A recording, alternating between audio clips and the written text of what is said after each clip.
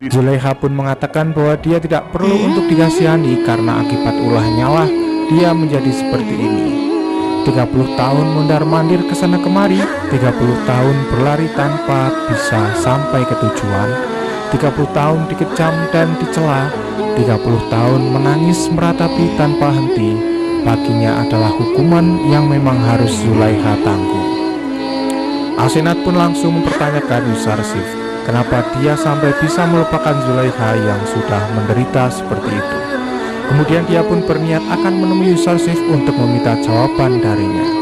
Yusarsif, karena ini sangat penting dan tidak bisa untuk ditunda. Pada akhirnya Anatun pun mengizinkan Asenat untuk berbicara dan menunda sebentar pengadilannya terhadap para pendeta. Asenat lalu menanyakan kepada Yusarsif yang telah menolong seluruh warga Mesir, tapi kenapa dia sampai melupakan seorang wanita yang sudah mengasuhnya dari kecil hingga terlunta-lunta selama 30 tahun di Mesir. Ketika Yusarsif mengetahui jika wanita tua itu adalah Zulaikha, dia sangat terkejut dan tak menyangka karena menurutnya Zulaikha adalah wanita rupawan dan kaya raya. Asenat mengungkapkan jika cintanya terhadap Yusarsif telah membuatnya seperti ini hingga menderita selama 30 tahun di Mesir. Dia tidak akan menikah lagi, akan tetapi jika ini sudah kehendak Allah, dia tidak bisa untuk menolaknya. Asenat pun dengan lapang dada menerima semua keputusan Yusarsif itu karena dia juga mematuhi semua perintah Allah. Ketika Zulaikha datang, dia pun langsung bertemu dengan Yusarsif di hadapannya, yang langsung membuat dia merasa sangat bahagia karena akhirnya bisa bertemu dengannya setelah bertahun-tahun lamanya. Yusarsif lalu menanyakan sekarang apa ya keinginannya setelah bertemu dengannya. Zulaikha mengungkapkan jika dia ingin sekali melihat Yusarsif, akan tetapi itu sudah tidak mungkin karena dia sudah menjadi buta karena terus menangis berpisah dengannya. Yusarsif lalu mengatakan jika sesembahannya pasti bisa membuat Zulaikha kembali melihat. Lalu Yusarsif mulai berdoa kepada Allah untuk mengembalikan penglihatan Zulaikha kembali seperti semula. Dan seperti yang disampaikan oleh malaikat Jibril tadi, jika semua doa Yusarsif untuk Zulaikha akan langsung dikabulkan oleh Allah.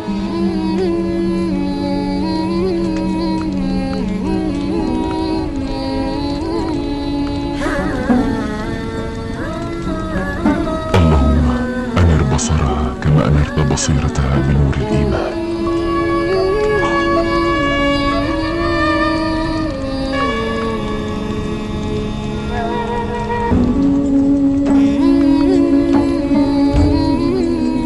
Dan pada akhirnya Zulaikha pun bisa melihat lagi dengan jelas setelah membuka matanya.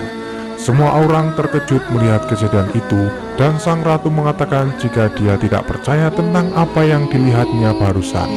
Anatun langsung mengungkapkan jika dia tidak heran dengan kejadian ini, karena jika seorang nabi berdoa maka Allah pasti akan mengabulkannya. Ana arah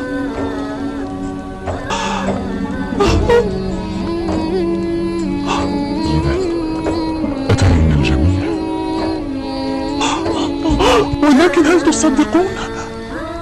لما يقوم نبي بالدعاء فإن ربه يستجيب له.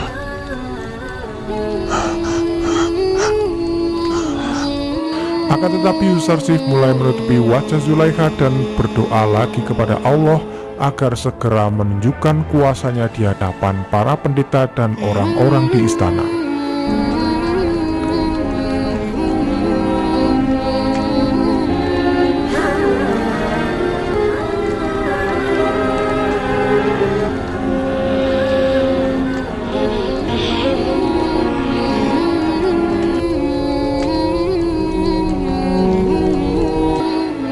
Dan dengan kehendak Allah, wajah Zulaikha telah kembali menjadi muda dan cantik seperti dulu lagi. Semua orang langsung merasa terkejut melihat kejadian itu, tak terkecuali para pendeta.